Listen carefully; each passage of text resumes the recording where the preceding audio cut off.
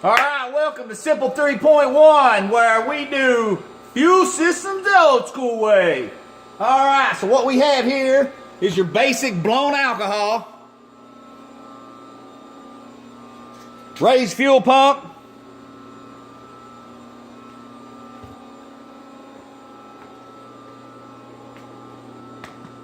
fuel system.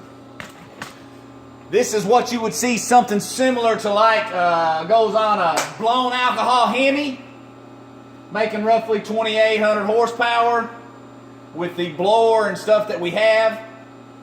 What this bench does, it's basically a fuel system dyno. We've got our pressures, our flow meters. This allows us to simulate exactly what we would put on the race car. Our port jets, hat jets, what we want our poppets to be set on. We can run it through our fuel management system. Get 4, 5, 6, 7, 8, 9, 10 tune-ups so that when we go to the racetrack we can look at our paper, see what changes we're making. So we know. Make a change, look at the piece of paper. We know basic information. That's what this does. Another couple things is I talk to guys and I say, hey man, car's running good. You ever had your fuel system flowed? They're like, I don't need my fuel system flowed. I know what I'm doing. That's not the point. The point is a couple reasons. One, for people who just need things checked like hoses. We've got all new port line hoses on here because this particular customer, his hoses were getting bad. Internal diameters shrink over time from the alcohol. So what we will do is say I got a guy goes out and sets the track on fire. I always tell him you need to flow it so you know it. Simple as that. On the other hand, you can flow it because you don't know it. And that's what we do a lot of times for people. Get them basic tune-ups set up. And then, of course, if we got a system that was on a car that the guy's flying, we tell them flow it so you know it. That way, if you lose a fuel pump due to whatever catastrophic failure, something going through it, tearing up some gears, you send them off, you have them rebuilt, there's no one pump exactly the same. It's just not going to happen. They'll be close, but if you flow it and you know it, you can go back, you can simulate very quickly without ever going to the track. So I'll go through a rundown.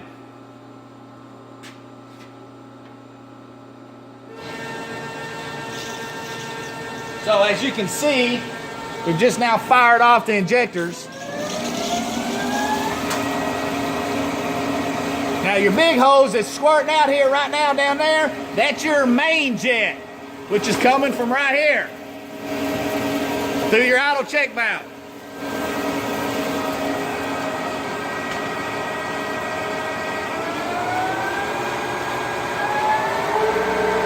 Right now we're at 900 RPM cam speed.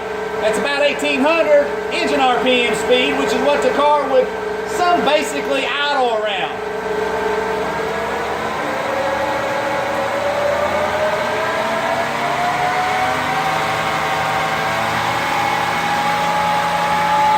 You got your ports over here,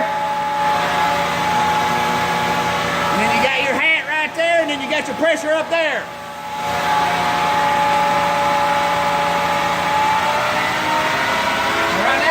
So run sweep through it.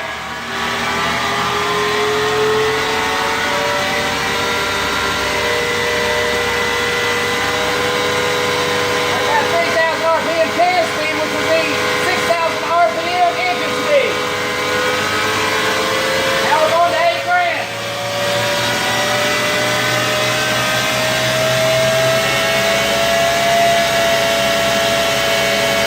It's about 8,000 RPM engine speed.